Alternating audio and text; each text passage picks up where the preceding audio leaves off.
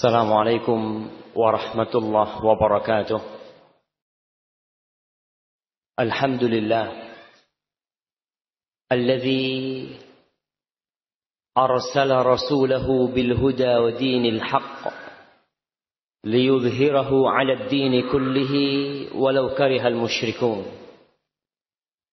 Segala puji bagi Allah Jalla Jalaluh yang mengutus nabinya dengan agama yang benar, dengan agama Islam, satu-satunya agama yang diridhai oleh Allah Jalla Jalaluh.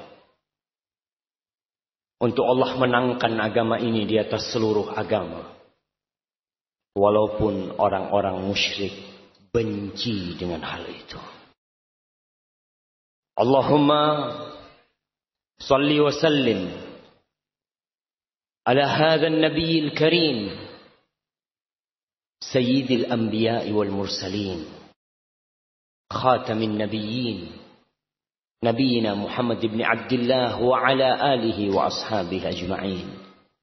Ya Allah, semoga salawatmu, semoga salam berkah dan nikmatmu senantiasa kau curahkan untuk hamba kekasihmu yang mulia ini, imamnya para rasul, yang paling mulia di antara para nabi, baginda Nabi kita Muhammad sallallahu alaihi wasallam.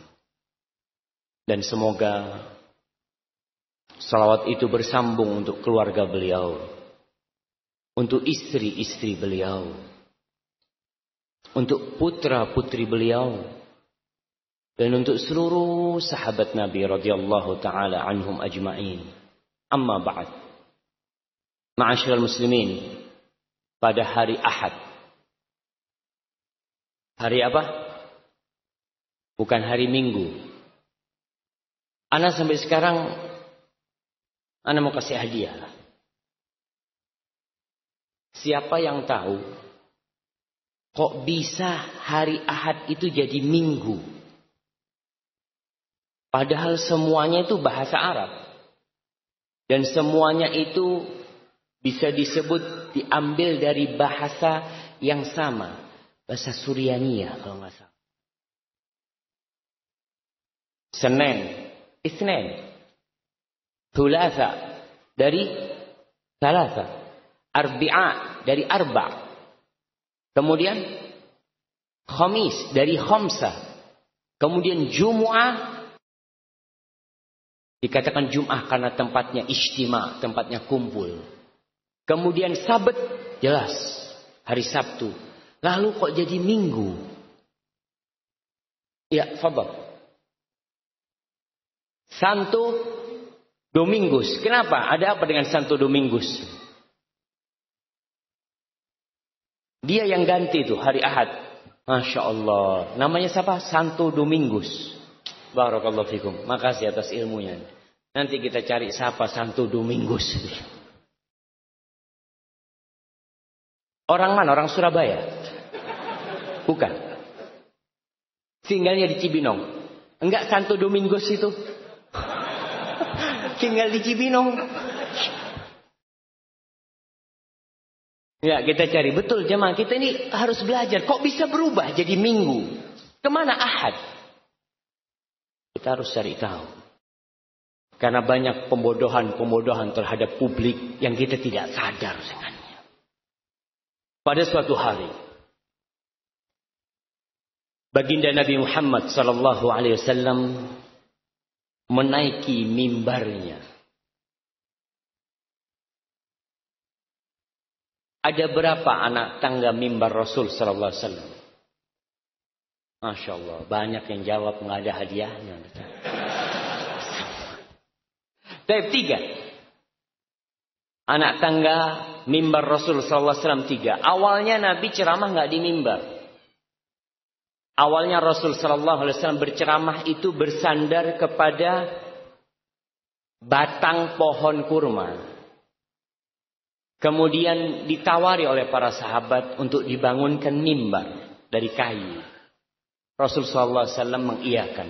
Maka dibangunkan mimbar dengan 3 anak tangga.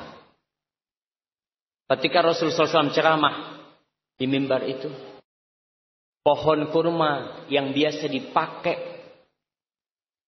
bersandar oleh Rasul sallallahu alaihi wasallam merintih. Ka'innu ka'aninis sabi. Seperti tangisannya, seperti rintihannya bayi. Pohon pun merindukan Rasul sallallahu alaihi wasallam. Bagaimana dengan kita yang mengaku umatnya Rasul sallallahu alaihi wasallam? Dia merasakan indahnya disandari oleh manusia termulia di muka. Ketika Rasul sallallahu alaihi wasallam suatu hari naik mimbarnya, di setiap anak tangga mimbar, beliau mengatakan amin. Naik lagi amin. Naik lagi amin. Para sahabat mempertanyakan.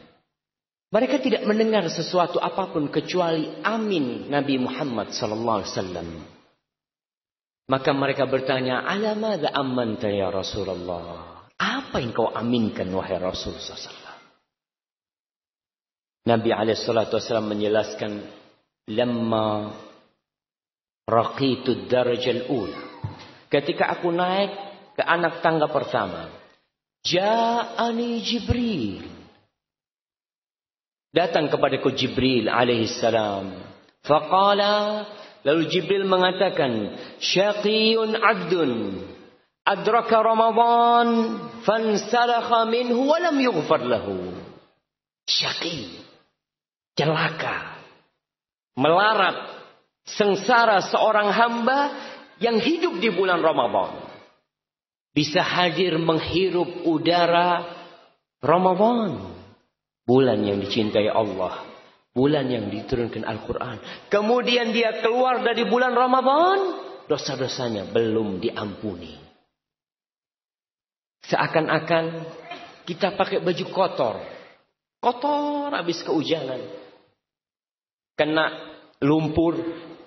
Lalu kita masukkan baju kita ke mesin cuci. Kita kasih pemutih. Kita kasih segala sabun yang bagus. Setelah 30 hari dicuci, keluar baju itu tetap dengan lumpurnya. Begitu pula orang yang dapat Ramadan, dicuci sama Allah dosa-dosa hamba di bulan Ramadan, dia keluar dengan dosa itu tetap. Celaka. Fakultu amin. Maka aku mengaminkan doanya Jibril. Semoga celaka tuh orang. Thumma qal, kemudian Jibril mengatakan, syaqiyun abdun adraka walidayhi aw ahadahuma falam yudkhilahu al-jannah. Celaka seorang hamba yang dia hidup mendapati kedua orang tuanya atau salah satunya masih hidup. Dia mendapati kedua orang tuanya atau salah satu. Ternyata dia nggak masuk surga.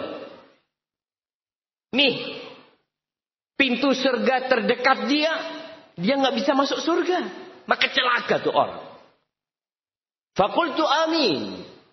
Kata Nabi SAW, maka aku katakan amin. Semoga celaka tuh orang.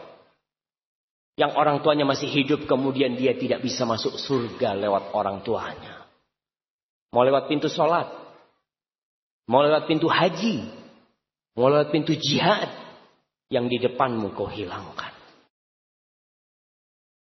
Al-walid awsatu abwabil jannah. Orang tua itu pintu surga paling mulia. In syi'ta fa'abi dzalikal bab. Kalau kau mau, sudah, kau jangan masuk surga lewat pintu itu. Faqultu amin, kata Rasulullah SAW. Thumma qala, lalu Jibril berkata yang ketiga, syaqiyun abdun dzukirtu indahu wa lam yusalli alaika. Faqultu amin. Celaka seorang hamba yang namamu, dirimu disebutkan di sisi dia, kemudian dia tidak bersolawat kepadamu. Faqultu amin. Allahumma salli wa sallim Wazid wa barik wa an'im ala hadzal nabiyil karim. Celaka jemaah. Antum dengar nama Muhammad, diam. Celaka. Katakan sallallahu alaihi wasallam, sallu ala nabi. Bersalawatlah kalian kepada Nabi alaihi salatu wassalam. Ma'asyiral muslimin, bisa dibayangkan. Yang berdoa siapa? Jibril. Yang mengaminkan siapa? Ar-Ruhul Amin. Yang mengaminkan Nabi Muhammad sallallahu alaihi wasallam al-Amin. Jibril yang berdoa, yang mengaminkan Sayyidul Mursalin. Niscaya Allah akan mengabulkan doanya. Pada suatu hari, Al-Harith Al-Akli Awil Ukla, dia menangis ketika mengantarkan jenazah ibundanya. Alim ulama seharusnya tabah mendapatkan musibah itu. Seharusnya bersabar mengatakan inna lillahi wa inna ilaihi raji'un. Orang-orang mendapati dia menangis. Maka mereka pada berkata, lima tabki? Kenapa kau nangis? Walima la abki?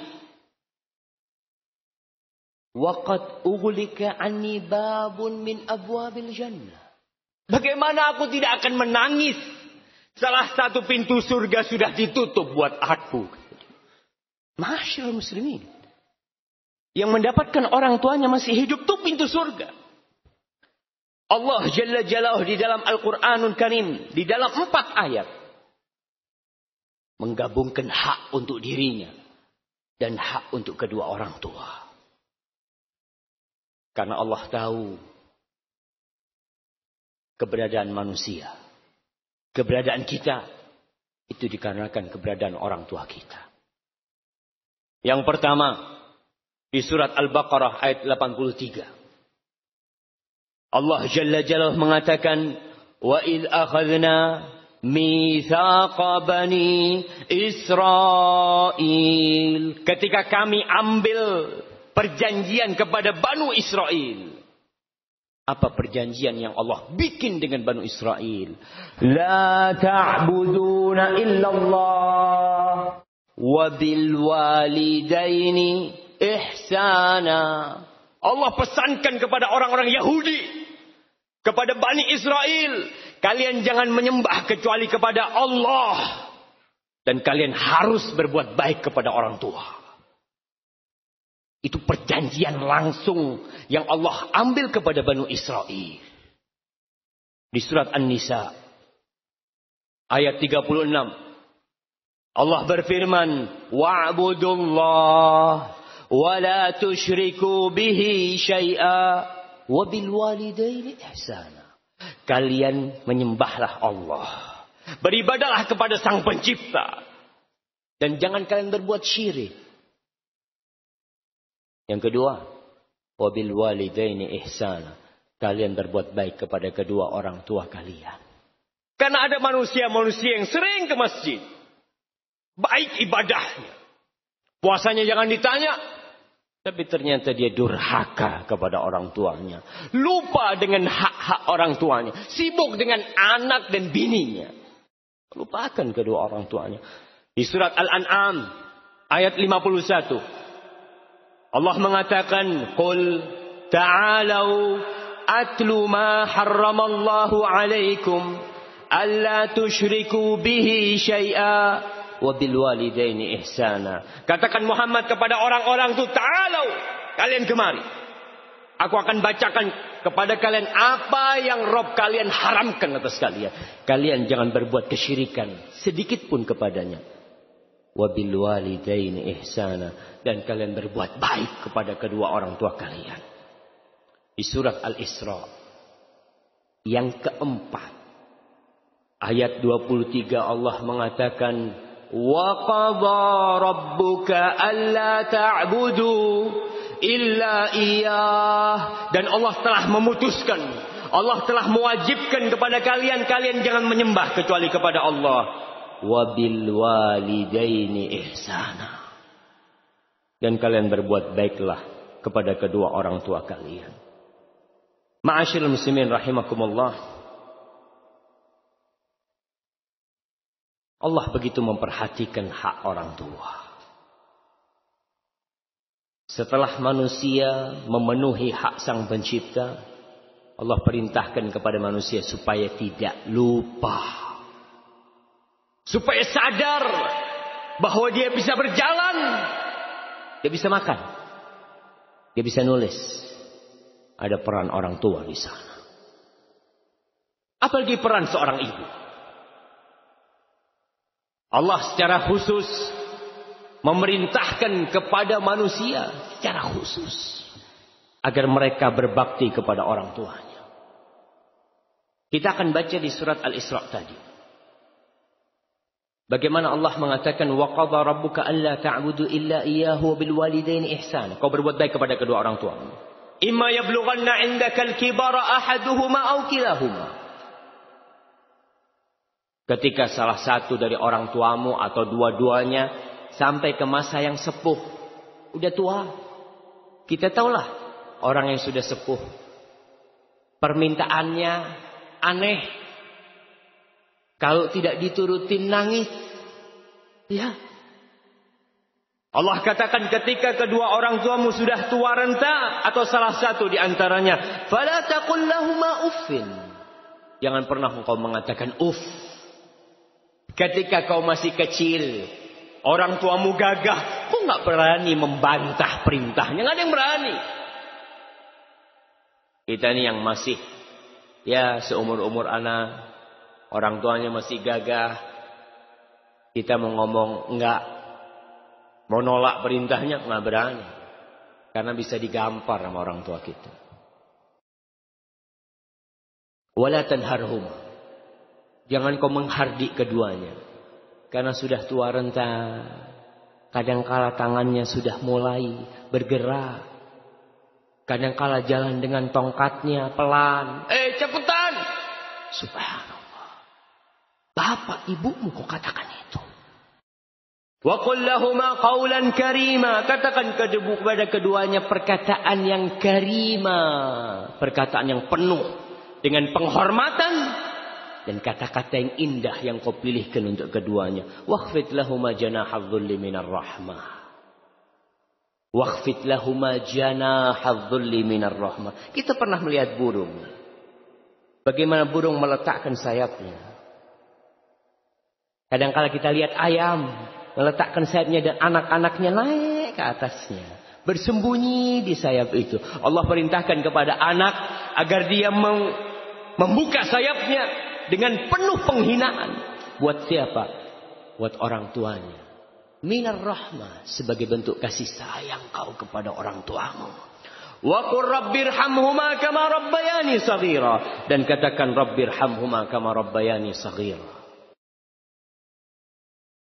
Allah jadikan keridoannya ikut keridoan orang tua kita. Yang datang kajian orang tuanya gak ridho, hati-hati. Ustaz, anak mau kajian Ustaz. Orang tua nggak boleh gitu dia. Melarang nuntut ilmu. Nah, masih banyak sarana untuk nuntut ilmu. Rasul sallallahu alaihi wasallam mengatakan ridha Rabb fi ridhal walid wa sakhatur Rabb fi sakhatil walid. Keridhaan Allah bergantung dengan keridhaan orang tua kita. Kemurkaan Allah bergantung dengan kemurkaan orang tua kita. Para jamaah rahimakumullah. Tadi saya singgung bahwasanya Allah telah mengkhususkan buat ibu. Memberikan hak khusus buat ibunda kita. Kenapa? Ketahuilah bahwa dari rahimnya dilahirkan seorang imam. Imam yang memimpin sholat. Imam yang memimpin kaum muslimin. Dari rahim siapa dia lahir? Ibu. Semua yang ada di tempat ini pasti dilahirkan dari rahim seorang ibu. Orang-orang pada ribut kemarin merayakan hari ibu. Kajian ini bukan untuk merayakan hari ibu. Tidak ada hari ibu dalam Islam. Tidak ada hari ibu dalam Islam. Karena semua hari, 360 hari milik ibu kita. Nggak ada kau khususkan buat ibu satu hari. Aku ingat sama ibu, aku doakan ibuku. Tidak, seorang muslim dalam doanya, dalam sujudnya, dalam waktu-waktu mustajab, dia mengatakan Rabbi ghfirli wa liwalidayya warhamhuma kama rabbayani shaghira. Ma'asyiral muslimin, tidak ada yang memberikan hak orang tua kita, khususnya ibu, seperti Allah Jalla Jalla. Allah menjadikan surga kita di kaki ibu kita. Benar, iya. An Muawiyah As-Sulami qala, Muawiyah As-Sulami berkata, Ataitu Nabiy sallallahu alaihi wasallam faqultu ya Rasulullah. Aku mendatangi Rasul sallallahu alaihi wasallam. Lalu aku mengatakan, ya Rasulullah, inni uridul jihad fi sabilillah. Aku ingin berjihad di jalan Allah. Jihad jemaah. Orang yang mati di medan perang dengan tetesan darah pertama diampuni dosa-dosanya. Dia akan dikawinkan dengan bidadari-bidadari surga. Bahkan dia akan diberi oleh Allah kesempatan memberikan syafaat kepada 70 dari keluarganya. Subhanallah. Zirwatu sanamil Islam. Ibadah Islam yang paling tinggi. Dia datang mau berjihad. Apa kata Rasulullah SAW? Hal ummuka hayyah? Muawiyah, ibumu masih hidup? Qultu na'am. Iya Rasulullah SAW. Ilzam rijlah fathammal jannah. Kau terus di kaki ibumu. Berdiam kau di kaki ibumu. Di situ ada surga. Bukankah seorang hamba ketika berjihad ingin surga? Bukankah dia ingin masuk ke dalam Firdaus? Ilzam rijlah. Kata Rasulullah SAW, kau tetap berdiam di kaki. Qultu na'am. Wa qala li rajulin akhar mithlah. Dan Nabi pernah mengatakan kepada lelaki lain seperti itu. Falzamha fa innal jannata tahta rijlaiha. Di situ ada surga kalau engkau benar mencari surga. Siapakah orang yang paling berhak mendapatkan penghormatan kita? Bos kita, istri kita, anak-anak kita. Anak-anak enggak pernah berbuat baik sama kita. Kita yang berbuat baik sama dia. Dalam hadis riwayatkan Imam Bukhari dan Muslim dari Abu Hurairah radhiyallahu taala anhu, jaa rajulun ila Nabi sallallahu alaihi wasallam faqala, datang seorang lelaki menjumpai Rasul sallallahu alaihi wasallam, lalu dia berkata, ya Rasulullah, wahai Rasulullah, man ahaqqun nas bi husni sahabati? Siapakah manusia di muka bumi ini yang paling berhak mendapatkan kebaktianku, persahabatanku terbaik? Siapa yang paling berhak aku temani dalam kehidupan ini? Qala kata Rasulullah SAW, ibundamu. Qala thumma man? Lalu siapa Rasulullah SAW? Qala thumma ibundamu. Qala thumma man? Lalu siapa wahai Rasul? Ya, yang pertama ibu, yang kedua ibu, yang ketiga. Setelah ibu siapa? Thumma ibundamu lagi. Qala thumma man? Qala thumma abu. Baru setelah itu bapakmu. Para jamaah, kita ini yang laki, jangan cemburu ketika anak kita lebih cinta sama ibunya daripada kita. Dan para istri, jangan sakit hati ketika suaminya berbakti sama ibunya, menghabiskan waktu bersama ibundanya. Kau harus bersyukur kepada ibunda suamimu. Kenapa? Ia rela anaknya kau ambil. Ibu itu kepingin anaknya sukses, berhasil. Kemudian anaknya mendampingi ibu. Tapi ketika menikah, dibawa sama istrinya, hidup bersama istrinya, sibuk dengan anak-anaknya. Maka tolong para wanita, membantu suaminya berbakti sama ibunya. Ketika sang suami dapat rezeki, para suami, lihat kau sisihkan buat ibumu pertama. Bukan buat anak istrimu. Oh, istriku kepingin ini. Ibuku kepingin ini. Anakku kepingin ini. Mana yang dilakukan ibu? Dan subhanallah. Kepingin rasanya. Kalau ada yang bisa ketika dapat rizki. Dia datang ke ibunya. Bu, ini rizki bu. Ibu ambil yang mau. Ibu ambil. Para jamaah. Allah secara khusus menyebutkan ibu. Di surat Al-Ahqaf ayat 15. Allah mengatakan wasainal insana biwalidayhi ihsana, dan kami wasiatkan kepada manusia agar berbakti kepada kedua orang tuanya, bapak dan ibu.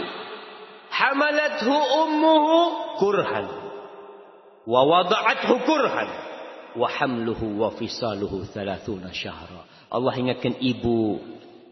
Ingat, ibunya hamil dia dalam kondisi sulit. Perempuan itu lemah, jamaah. Fisiknya lemah, kau lebih kuat. Tapi Allah kasih beban dia, anak di perut. Dan kita lihat bagaimana antum yang udah nikah. Antum lihat bagaimana istri antum. Ketika perutnya semakin besar, dia udah mulai sulit tidur. Miring gak bisa. Lurus, punggungnya satu. Kemudian ketika dia duduk, anaknya mulai bergerak-gerak, ditendang-tendang ibunya. Senang ibu kita tuh ketika kita di perutnya. Dia senang ketika kita tendang-tendang dia. Dia akan perintahkan bapak kita, sini, dengerin nih. Kau pegang tuh. Subhanallah. Padahal capek. Tapi cinta dan kebahagiaan dia menunggu kehadiran kita membuat kelelahan dia lupakan. Ketika suatu hari gerakan di perutnya berhenti, apa yang dirasakanlah ibu kita? Ketika kita tidak berputar di perut ibu kita, bingung. Dia mengatakan kepada ayah kita, Fulan, kok gak bergerak ya bayinya? Aku takut ada apa-apa sama dia. Berangkat ke dokter, diperiksa, gak apa-apa, sehat. Bahagia tuh ibu. Ketika datang masa-masa melahirkan, Allah mengatakan wa wada'athu kurha. Dia melahirkan. Ibu kita melahirkan kita. Kita yang bisa ada di sini keluar dari rahim ibu dan kita. 9 bulan kita makan dari darah ibu kita. Kita darah dagingnya. Ketika dia mengeluarkan kita, berat. Bukaan pertama. Bukaan kedua, bukaan ketiga, berangkat ke dokter. Kau harus banyak jalan. Jalan ibu kita. Lihat lagi bukaan kelima, alhamdulillah sudah tinggal sedikit. Tambah mendekat, tambah sakit yang dirasakan oleh mereka. Untuk mengeluarkan kita, jemaah. Wa hamluhu wa fisaluhu 30 syahra. Kemudian setelah itu lahir, disusui sama ibunya. Hamil dan disusuinya 30 bulan bisa jadi. Ketika lahir, kebutuhan kita dengan ibu kita semakin parah. Kita gak bisa berbuat apa-apa. Kita hanya bisa menangis. Ibu kita ketika kita menangis, dia gendong kita, dia dekatkan kita dengan tetek. Dia susui. Dia meletakkan kita di dadanya. Berapa kali sehari?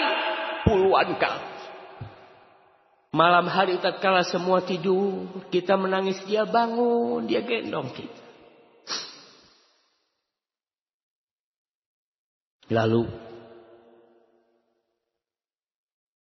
setelah kita besar, setelah 2 tahun kita disusui, kita diajarin jalan sama ibu kita. Ketika bisa jalan, bahagianya tuh ibu. Ketika panas sedikit, dia antar ke rumah sakit. Ma'asyiral muslimin rahimakumullah. Nabi SAW berpesan khusus untuk ibu. Bukan cuma Allah. Nabi pun. Beliau mengatakan dalam hadis yang diriwayatkan oleh Imam Bukhari dan Muslim. Innallaha harrama 'alaikum uquqal ummahat. Allah mengharamkan kepada kalian durhaka kepada ibu kalian. Ibu kalian. Haram durhaka kepada bapak, iya. Tapi Nabi mengkhususkan kepada ibu. Kenapa? Kenapa Nabi mengkhususkan ibu yang disebut? Padahal durhaka kepada bapak juga haram. Karena ibu kita memiliki kehormatan yang lebih tinggi di atas bapak kita. Karena kedudukan anak kepada ibunya lebih bisa dia lakukan daripada kepada bapak. Bapaknya kuat. Dia takut sama bapaknya. Tapi sama ibu. Kemudian karena kebanyakan kedurhakaan itu sama ibu, bukan sama bapak. Lalu Nabi ingin mengingatkan kepada kita agar kita lebih mengutamakan ibu kita dari bapak. Suatu hari datang pemuda mengadukan bapaknya. Apa kata pemuda ini kepada Rasulullah SAW? Kita lihat subhanallah. Nabi SAW itu tempat curhat semuanya. Istri curhat sama Nabi. Perempuan-perempuan curhat sama Nabi. Suami curhat sama Nabi. Anak-anak curhat sama Nabi. Bapak curhat sama Nabi. Datang nih pemuda mengatakan, ya Rasulullah, inna abi ijtah mali. Wahai Rasulullah SAW, bapakku ngambil hartaku. Bapakku ngambil hartaku. Kau panggil bapak. Datang. Bapak. Benar. Kau ngambil hartanya dia. Iya Rasul. Aku ambil harta dia. Nggak boleh emang ambil harta dia. Aku ambil harta dia. Ya Rasul. Aku yang susah payah membesarkan dia. Aku yang bekerja siang malam demi dia jadi besar. Agar dia sukses. Kemudian setelah dia berhasil, aku nggak boleh ngambil hartanya. Rasul. Rasul sallallahu alaihi wasallam mengatakan kepada pemuda ini, sini. Anta wa maluka li abi. Kau bersama hartamu untuk orang tuamu. Bukan cuma hartamu. Dirimu. Maka orang tua kalau bunuh anaknya tidak dikisos. Enggak. Milik dia tuh anak. Hasil karya dia. Dosa iya. Tapi tidak dikisos. Hak orang tua besar bapak. Apalagi ibu. Tapi kebolehan mengambil harta anak ini tidak semena-mena. Jangan ada bapak-bapak dari majelis ini mengatakan, alhamdulillah saya mau ambil motor anak saya. Ustaz, pulang. Bukan.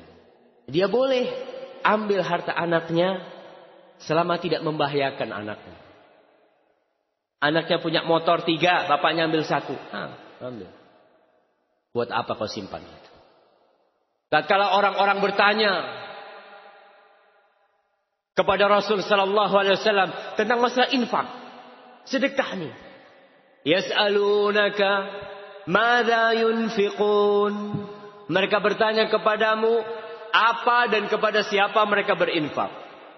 Qul ma anfaqtum min khairin falil walidaini wal aqrabin. Kata Allah Jalla Jalla, katakan Muhammad kepada mereka, harta yang hendak kalian nafkahkan, yang paling berhak mendapatkannya adalah kedua orang tua. Kemudian kerabat-kerabat kita. Para jamaah, demi orang tua, hijrah pun harus ditinggalkan. Di dalam hadis yang diriwayatkan Imam Ahmad, datang seorang lelaki menjumpai Rasul sallallahu alaihi wasallam.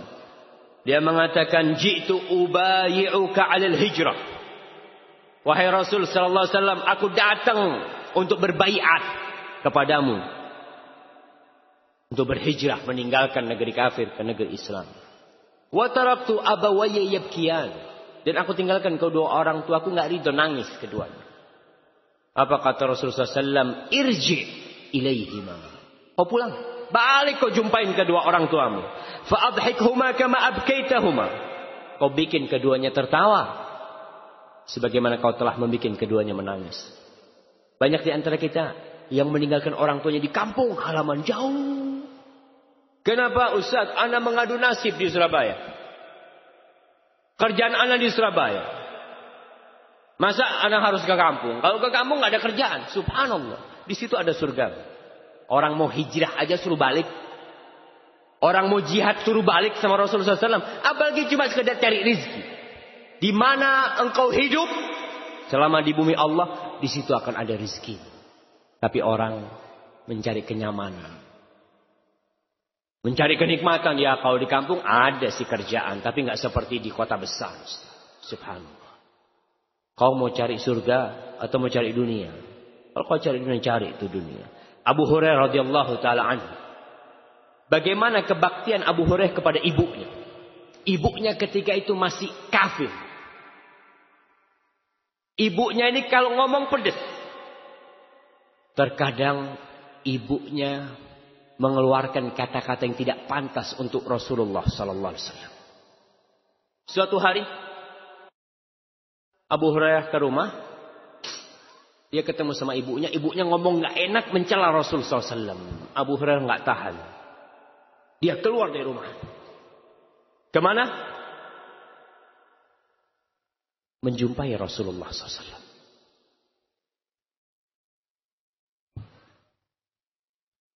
Dia mengatakan, ya Rasulullah, wahai Rasulullah, ud'ullah li ummi Abi Hurairah.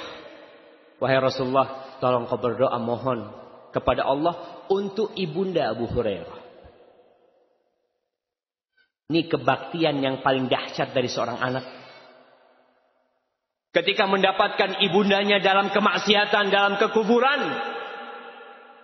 dia meminta kepada Allah bagaimana ibunya bisa masuk surga.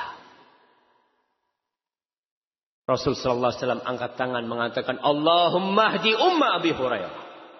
Ya Allah, berikan hidayahmu kepada ibunda Abu Hurairah. Udah. Abu Hurairah pulang ke rumahnya. Jumpain ibunya. Ketika mau masuk dilarang sama ibunya. Ala rizki, tunggu. Ternyata ibunda Abu Hurairah sedang mandi.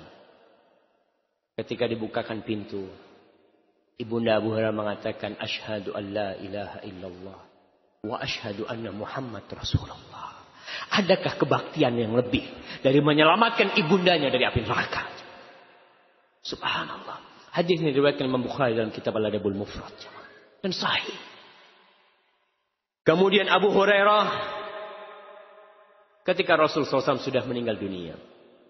Abu Hurairah itu setiap mau keluar rumahnya, dari rumahnya itu nggak gabung sama rumah ibundanya. Tapi rumahnya satu halaman. Jadi kumpul lah, nggak jauh sama ibundanya. Setiap Abu Hurairah mau pergi, dia datang ke ibunya. Dia mengatakan, Assalamu alaiki ya ummah wa rahmatullah wa barakatuh. Rahimakillah kama rabbaitini saghiran. Abu Hurairah mengatakan, Assalamualaikum wahai ibundaku, semoga rahmat Allah dan berkahnya untukmu. Semoga Allah merahmatimu wahai ibundaku, sebagaimana engkau telah membesarkan aku, merawatku ketika aku kecil. Fataqulu ibunya menjawab, wa alaikassalam ya waladi wa rahmatullah wa barakatuh. Rahimakallahu kama barartani kabiran. Wahai anakku, semoga Allah menyayangimu sebagaimana engkau telah berbakti kepadaku dalam kondisi engkau besar. Dalam perjalanan Abu Hurairah kalau mau pulang, datang ke rumah ibunya dulu. Bukan ke rumah istrinya. Ibunya. Ma'asyiral muslimin rahimakumullah, Al-Imam Ibnul Jauzi. Beliau hidup di abad ke-6 kira-kira. Dia menjelaskan tentang kondisi abad ke-6. Berapa tahun yang lalu? 800 tahun yang lalu kira. Dia menceritakan, Inni ra'aitu syabibatan min ahli zamanina la yaltafituna ila birril walidain. Aku melihatnya anak-anak muda sekarang nih, di zamanku, mereka tidak menoleh, tidak memperhatikan tentang birrul walidain. Wala yarawnahu laziman luzumad din. Mereka tidak melihatnya sebagai suatu kewajiban agama. Enggak. Mereka hanya, ya sudahlah, kalau ente punya waktu ente berbakti. Kalau punya waktu ya sudah. Allah tidak memberatkan kepada hambanya, la yukallifullah nafsan illa wus'aha. Punya dalil kadang-kala mereka tidak berbakti sama orang tuanya. Yarfa'una aswatahum 'alal aba' wal ummahat wa ka'annahum la ya'taqiduna ta'atahum minal wajibah. Cerita nih kondisi manusia di zamannya Ibnul Jauzi. Mereka ngangkat suara kepada bapak ibunya. Lalu beliau mengatakan, wal ya'lamil bar. Hendaklah anak yang berbakti mengetahui. Nih kita belajar untuk dapat ilmu nih. Nih salah satu ilmu kita dengar nih dari Ibnul Jauzi. Dia mengatakan wal ya'lamil baru bil walidain annahu mahma balagha fi birrihima lam yafi bi syukrihim. Hendaklah dia tahu seperti apa, sebaik apa kebaktian dia kepada kedua orang tuanya, itu tidak pernah dia bisa mencapai berterima kasih kepada keduanya. Belum. Jangan pernah merasa aku sudah berbakti, jangan. Kemudian Ibnu Jauzi menceritakan an Zur'ah bin Ibrahim anna rajulan jaa ila Umar.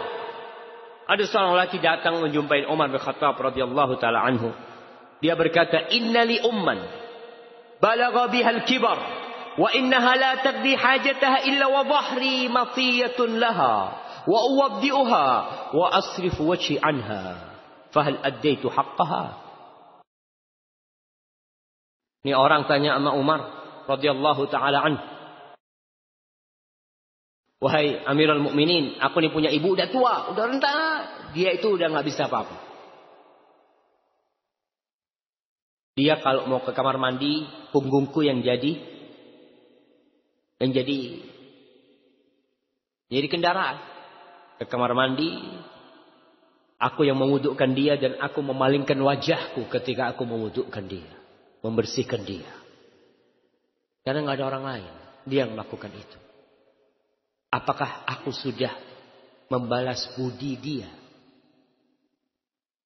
Qala la. Enggak. Kata Umar la.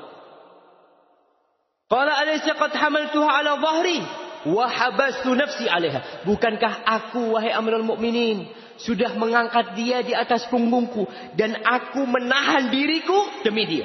Enggak ke mana-mana, enggak keluar kota ke mana-mana, aku diam di rumah untuk dia. Apakah aku tidak membalas budi dia? Apa kata Umar? Enggak. Kenapa? Innaha kanat tasna'u dzalika bika wa hiya tatamanna baqa'ak. Ingat ibumu dulu. Ketika dia gendong engkau. Ketika dia membersihkanmu ketika itu. Dia mengharapkan engkau hidup. Dan engkau sekarang berbuat itu kepada ibumu. Kau ingin ibumu cepat mati. Kau ingin berlepas diri. Kadang kalau anak ngomong, ya aduh kesian ibu ya, mudah-mudahan udah cepat mati ibu daripada tersiksa di dunia ini. Padahal yang tersiksa bukan ibunya. Siapa? Dia. Si anak merasa nggak nyaman merawat ibunya yang sakit. Pintu surga jamaah. Ma'asyiral muslimin rahimakumullah, datang orang lain kepada Ibnu Umar radhiyallahu taala anhum. Ini kisah sering kita dengar. Tapi terkadang lewat aja. Datang seorang kepada Ibnu Umar mengatakan, hamaltu ummi ala raqabati min Khurasan. Aku gendong ibuku di punggungku, di leherku sini, dari Khurasan. Khurasan itu di mana jemaah? Di Iran sana. Jalan kaki ini dia, gendong ibu. Antum gendong ibu mungkin dari depan rumah ke dalam aja kadang kala udah berat. Ini dari Khurasan berangkat haji dia. Ingin ibunya berangkat haji. Hatta qadaitu biha manasikal hajj. Aku sampai selesai melaksanakan manasik haji. Aturani jazaituha. Menurutmu aku sudah balas enggak budinya dia? Qala la. La.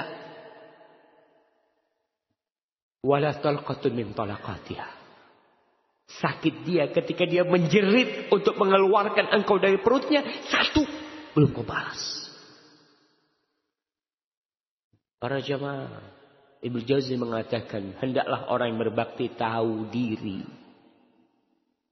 Sebanyak apapun kebaktian dia, sebanyak apapun duit yang diberikan kepada ibunya, bapaknya, maka dia belum membalas budi orang tuanya. Dan seorang anak, ingat, yang sudah dewasa, jangan berpikir berubah. Aku kan sudah jadi bapak, Ustaz. Aku sudah memiliki anak yang dia wajib berbakti kepadaku. Nah, kau jadi bapak buat anakmu. Tapi buat ibumu kau tetap anak. Bos, jenderal, profesor, doktor. Iya, di kampus kau profesor. Di kampus kau doktor. Di markas kau jenderal. Di rumah kau anak buat ibu. Supaya kita sadar pangkat kita yang terhadap ibunda kita. Ma'asyiral muslimin. Seperti apa sih cinta ibu kita kepada kita? Sulit untuk digambarkan. Kalau kita membutuhkan jantung dia akan kasihkan. Ada seorang pujangga, seorang penyair yang memberikan gambaran kepada kita tentang bagaimana cintanya seorang ibu kepada anaknya. Supaya kita sadar seorang muslim kalau ibu kita marahnya pun dengan cinta. Dia pukul anaknya dengan cinta. Anaknya mau nyebrang jalan, dia pukul. Kenapa? Karena benci? Tidak. Dia takut buah hatinya tertabrak. Penyair ini mengatakan, anak akan bacakan. Ketika anak baca ini, Masya Allah, betapa sayangnya ibu kita sama kita. Dia mengatakan, Aghramru'un yawman ghulaman jahilan binuqudihi kayma yuhiqa bihi ad-darar. Qala atini bifuadi ummika ya fata walakal jawahiru wad-darahim wad-durar.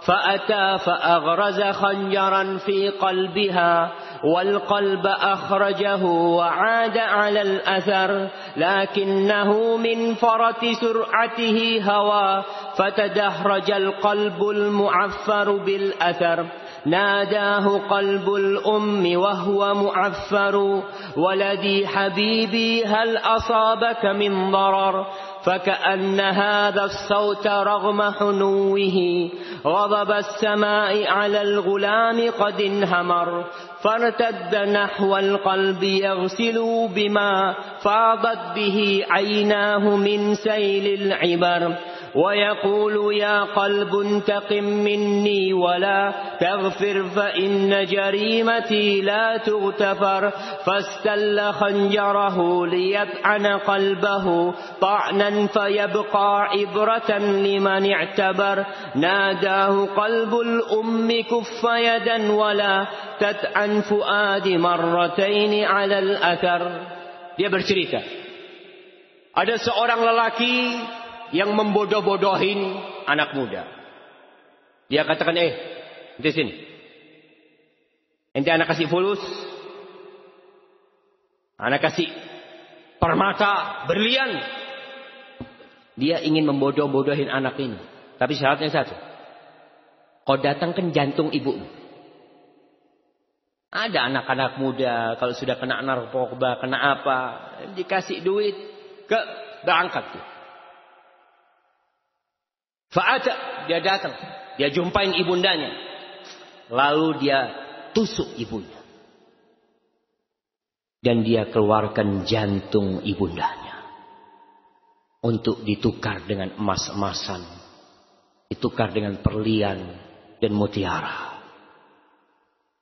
Lalu dia cepat bawa tuh jantung. Dalam perjalanan, karena terburu-buru, dia tersandung.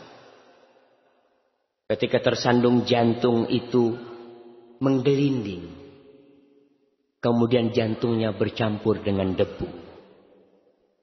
Dalam kondisi jantung itu menggelinding, nadahu qalbul Jantung itu memanggil anaknya. Wahai Ananda, wahai Anandaku, kau nggak apa-apa anakku. Kau nggak apa-apa kesandung anakku, kata dia. Suara itu yang penuh dengan kelembutan. tetap seakan-akan suara itu adalah murka Allah Jalla Jalla kepada anak. Maka dia ambil tuh jantung ibundanya, dia cuci dengan air mata yang menetes dan mengalir dari matanya. Lalu dia mengatakan, wahai jantung ibundaku, kau balas dendam atas kesalahan anakku ini. Kesalahanku tidak mungkin bisa diampuni. Maka dia ambil pisau yang dia gunakan untuk menusuk ibundanya. Dia hendak menusuk dirinya sendiri. Lalu jantung itu mengatakan, kufayadat, jangan anakku. Jangan kau bunuh aku 2 kali. Anakku. Jangan. Ibunda kita siap berkorban apa saja demi kita. Kita ini udah gede. Udah besar, keluar kota. Ibu tuh masih tanya, nak, kau sampai mana nak? Gimana kondisimu nak? Tapi tatkala kita sudah besar, kita jarang telepon sama ibu kita. Kecuali kalau kita ada perlunya baru telepon ibunda kita. Ma'asyiral muslimin rahimakumullah. Dapat apa orang yang durhaka kepada orang tuanya? Supaya kita tahu diri. Manusia itu suka diiming-imingi. Dan suka ditakut-takuti. Di dalam Al-Quranul Karim di banyak tempat Allah menyebutkan surga. Kemudian Allah mengikutinya tentang neraka. Agar manusia sadar. Kenikmatan yang kau cari di dunia akan hilang. Yang kau takutkan di muka bumi ini. Akan ada ketakutan yang lebih dahsyat dari itu. Rasul sallallahu alaihi wasallam berkata kepada para sahabatnya, "Ala adullukum bi akbaril kabair?" Maukah kalian aku kasih tahu tentang dosa besar yang paling besar? Bala ya Rasulullah. Pasti Rasulullah sallallahu. Rasul mengatakan al-isyraku billah. Yang pertama syirik. Yang kedua wa uququl walidain. Durhaka kepada kedua orang tuanya. Dalam hadis diriwayatkan Imam Ahmad, "Ma min dzambin ajdaru an yu'ajjila Allah Ta'ala li sahibihi al-uqubata fid dunya ma'a ma yaddakhiru lahu fil akhirah, ma'a ma yaddakhiruhu lahu fil akhirah min al-baghi wa qati'atir rahim." Akhrajahu Imam Ahmad.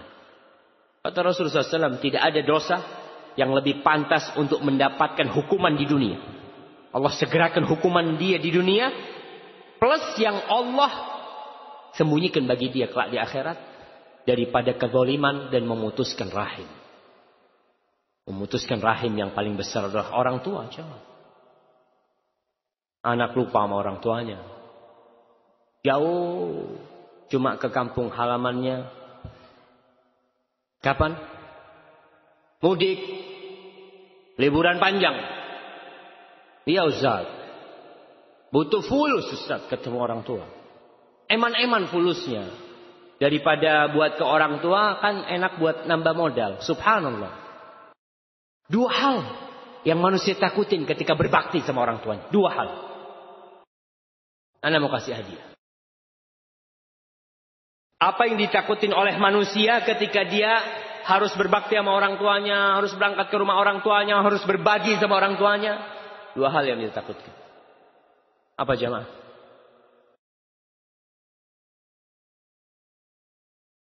Bukan takut istri. Hartanya berkurang dan takut istri. Bukan sih, anak kasih antum. Ya, yang satu betul, hartanya berkurang. Yang kedua. Nah, Masya Allah. Antum ambil. Iya. Kita mau berbakti sama orang tua itu takut 2. Gak punya waktu. Biaya besar. Dan ternyata Rasul sallallahu alaihi wasallam mengatakan kedua yang kita takutkan ini udah dijamin sama Allah. Gimana kalau kita ada jaminan jamaah? Ada orang menjamin antum. Syuf. Antum berangkat ke Kalimantan, tiket pesawat semua apa, biaya semua, Anda ganti. Kemudian Anda kasih tambahan. Kira-kira kita berangkat nggak? Berangkat kita. Yang jamin ni Allah. Kata Rasul sallallahu alaihi wasallam, "Man sarrahu an yunsa'alahu fi athari wa yubsata lahu fi rizqihi falyasil rahim." Barang siapa yang ingin umurnya diberkahi. Antum berangkat ke orang tua antum, umur antum nggak berkurang. Ditambah umur antum. Wa yubsatalahu fi rizqi, rizkinya nggak dikurangin. Ditambahin rizkinya. Hendaklah orang yang ingin itu silaturahim sama orang tua. Apa masih antum meragukan jaminan Allah? Allah yang jamin jamaah. Nih ibu-ibu tadi ada yang mengatakan takut istri. Kayaknya nggak banyak yang takut istri. Ana izin dulu.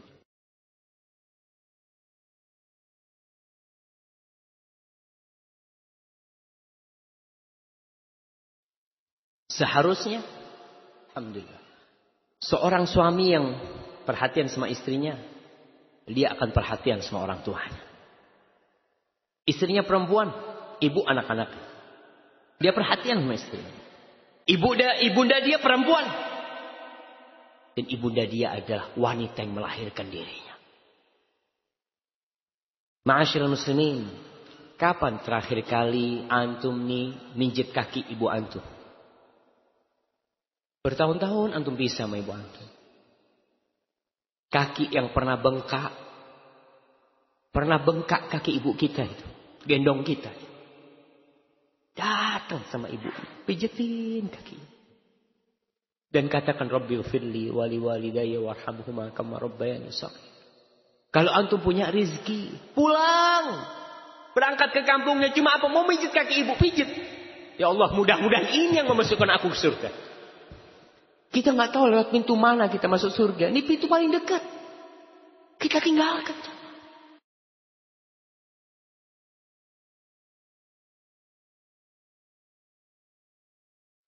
Insya Allah antum tahu dengan kisah Uwais Al-Qarani. Al-Imam Muslim dalam kitab sahihnya, beliau menceritakan tentang sosok manusia yang belum pernah dilihat oleh Rasul sallallahu alaihi wasallam. Dia hidup di masa Rasul sallallahu alaihi wasallam.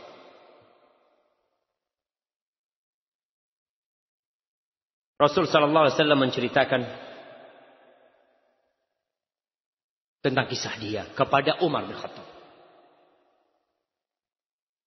Karena Umar bin Khattab radhiyallahu anhu, biasanya Umar bin Khattab ini idza ata alaihi amdadu ahli Yaman, kalau datang tuh pasukan-pasukan dari Yaman ke Madinah, Umar hanya bertanya tentang satu manusia. Afikum Uwais bin Amir. Di tengah-tengah kalian ada nggak Uwais bin Amir? Terus setiap kali datang nggak pernah ketemu. Sampai suatu saat ketemu sama Uwais bin Amir. Faqala anta Uwais bin Amir. Engkau Uwais bin Amir? Qala na'am, iya. Aku Uwais bin Amir. Min Murad. Kau dari Murad. Dari kabilah Murad. Thumma min Qaran. Kemudian kau dari kabilah Qaran. Qala na'am, iya. Qala laka walidah, kau punya ibu. Qala na'am, iya aku punya ibu. Dapat nih Umar, nih orang yang dia maksud di depan dia. Yang dia cari bertahun-tahun. Kemudian ada di hadapan Umar. Apa kata Umar? Sami'tu, aku mendengar Rasulullah sallallahu alaihi wasallam yaqul. Nabi alaihi salatu wasallam bersabda, Ya'ti alaikum Uwais bin Amir ma'a amdadi ahli Yaman min Muradin thumma min Qaran kana bihi barasun fabara'a minhu illa mawdi'a dirham lahu walidatun huwa biha barrun law aqsama 'ala Allah la abarra. Aku mendengar Rasul SAW bersabda, akan datang tuh nanti Uwais bin Amir bersama pasukan dari Yaman nantinya. Dia dari Murad, kemudian dari Qaran. Dia dulu punya penyakit baros. Baros itu penyakit putih semua jamaah ya. Mungkin apa sekarang? Ada orang yang putih rusak kulitnya seperti itu. Iya, antum tahulah baros itu. Kemudian dia meminta kepada Allah agar disembuhkan. Dan disembuhkan semuanya. Kecuali ada sebesar 1 dirham. Dikatakan di perutnya. Dia tidak minta disembuhkan itu. Supaya dia tahu dan ingat dulu kau punya penyakit itu. Lalu Allah sembuhkan engkau. Setiap kali dia lihat perutnya dia ingat. Lahu walidah, Nabi mengatakan alaihi salatu wasallam, dia memiliki ibu. Yang Uwais ini berbakti banget sama ibunya. Lau aqsama 'ala Allah la abarrah. Bayangkan, Nabi mengatakan, andai kata Uwais bin Amir ini bersumpah meminta kepada Allah, Allah akan kabulkan permintaan. Nggak pernah berjumpa dengan Rasul SAW. Dia memilih untuk berbakti sama ibunya. Orang-orang kampung berangkat berjumpa dengan Rasulullah SAW. Untuk mendapatkan fadilah suhbah. Menjadi sahabat Nabi. Iya. Tapi Uwais karena punya ibu. Dia berusaha berbakti sama ibundanya. Uwais ini kata Rasulullah SAW. Kalau dia bersumpah. Minta sama Allah. Dia mengatakan, ya Allah. Aku minta kau turunkan hujan. Allah turunkan hujan. Itu kata Nabi SAW. Nabi mengatakan kepada Umar, fa in istata'ta an yastaghfir laka faf'al. Kalau kau bisa Umar, minta kepada Uwais agar dia memohonkan ampun untukmu. Kau minta sama Uwais. Umar bin Khattab, Amirul Mukminin, disuruh minta doa dari Uwais bin Amir jamaah. Kenapa? Karena dia berbakti sama ibundanya. Fastaghfirli. Kau mohonkan ampun buat aku. Fastaghfar lahu. Lalu Uwais memohonkan ampun buat Umar bin Khattab. Faqala lahu Umar, aina turid? Kau mau ke mana? Al-Kufah. Aku mau ke Kufah. Aku akan bikin surat buat engkau kepada gubernur Kufah agar dia perhatikan kepadamu.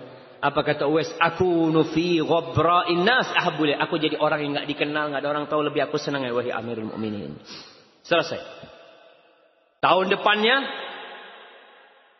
orang-orang pada haji. Salah satu orang yang dari Kufah tuh berangkat haji, ditanya, "Kau tahu Uwais?" Di Kufah, "Iya." "Taraktuhu rassal bait qalilal mata." Uwais tuh bajunya jelek ya, rumahnya juga buruk. Kemudian barang-barangnya sedikit, maksudnya orang miskin tuh Uwais. Lalu Umar mengatakan kepada orang ini tentang hadis Rasulullah SAW. Apa yang terjadi? Orang ini pulang. Dia cari Uwais di Kufah. Lalu dia mengatakan, istaghfirli. Mohonkan ampun buat Allah untukku. Mohonkan ampun kepada Allah untukku. Kata Uwais, anta ahdatsu ahdan bi safarin salih fastaghfir. Engkau yang baru pulang haji. Seharusnya engkau yang memohonkan ampun buat aku. Kau baru dari perjalanan yang baik. Aku yang seharusnya minta kepada engkau agar engkau memohonkan ampun untukku. Orang ini mengatakan istaghfir. Mohonkan ampun kepada Allah untukku. Apa kata Uwais? Enggak, kau yang lebih pantas. Lalu tetap maksa. Uwais mengatakan, laqita Umar. Kau berjumpa dengan Umar? Qala na'am. Iya. Fastaghfirullah. Maka Uwais akhirnya memohonkan ampun untuk dia. Ketika orang-orang tahu dengan Uwais, Uwais menghilangkan diri.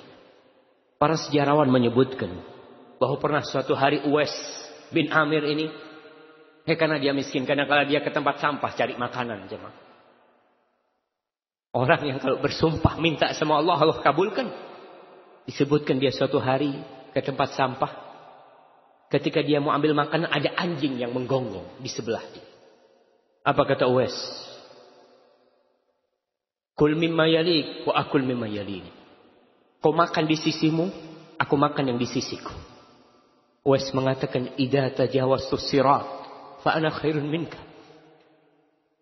Andai kata aku bisa melewati sirat yang berada di atas neraka jahanam, aku lebih baik dari engkau. Tapi kalau aku tidak selamat di atas sirat, engkau lebih baik dari aku, kata Uwais. Subhanallah. Seorang yang berbakti kepada orang tuanya, insya Allah akan kabulkan doanya. Harith bin Nu'man Seorang sahabat Nabi. Aisyah radhiyallahu ta'ala cerita, Nabi suatu malam tidur lalu beliau bermimpi. Beliau mengatakan, fara'aituni fil jannah. Aku melihat diriku sedang di surga. Fasami'tu sawta qari'in yaqra. Aku mendengar ada orang yang membaca. Lagi baca. Faqultu man hadha? Baca Quran ini, siapa ini?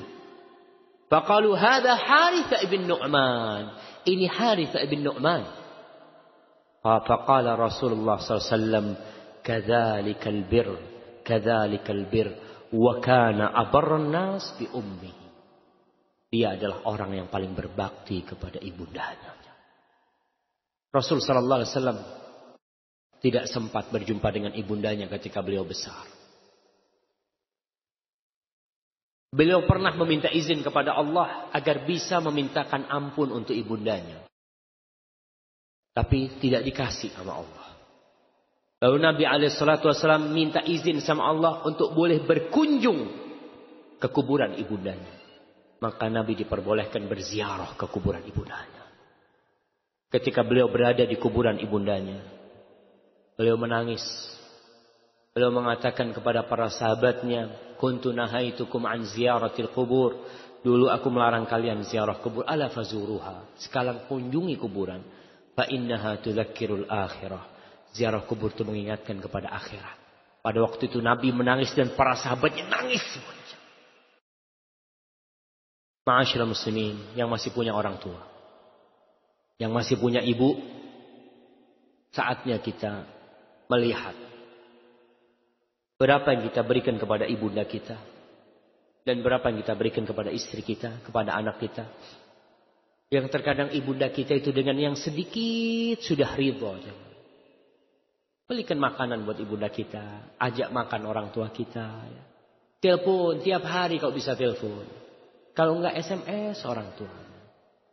Jangan mengatakan alhamdulillah Ustaz, saya seminggu sekali telepon ibu saya. Subhanallah. Tiap hari itu ibu kita doakan kita, ingat sama kita. Masa kita ingat sama ibu kita seminggu sekali?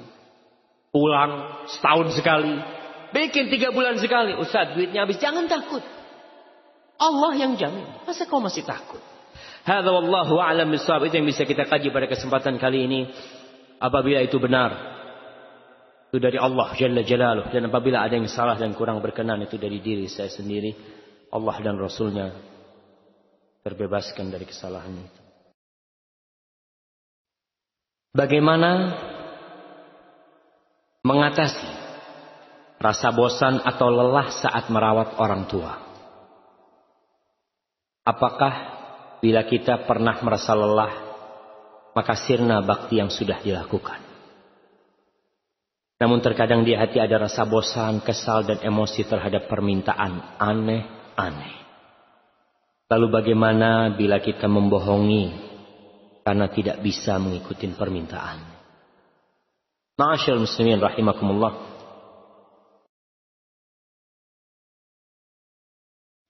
Kejenuhan menghampiri kita. Ana punya ibu, subhanallah. Dia 2 tahun ini udah kena stroke. Allah yashfiha. Terkadang datang ya rasa kesian sama ibu kita. Mungkin rasa bosan kadang kala datang, tapi kita harus usir.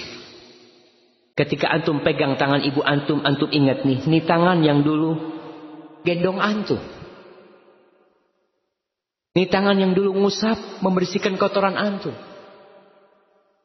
Maka ingat dengan itu. Insya Allah kebosanan itu akan hilang. Dan ingat ini pintu surga antum.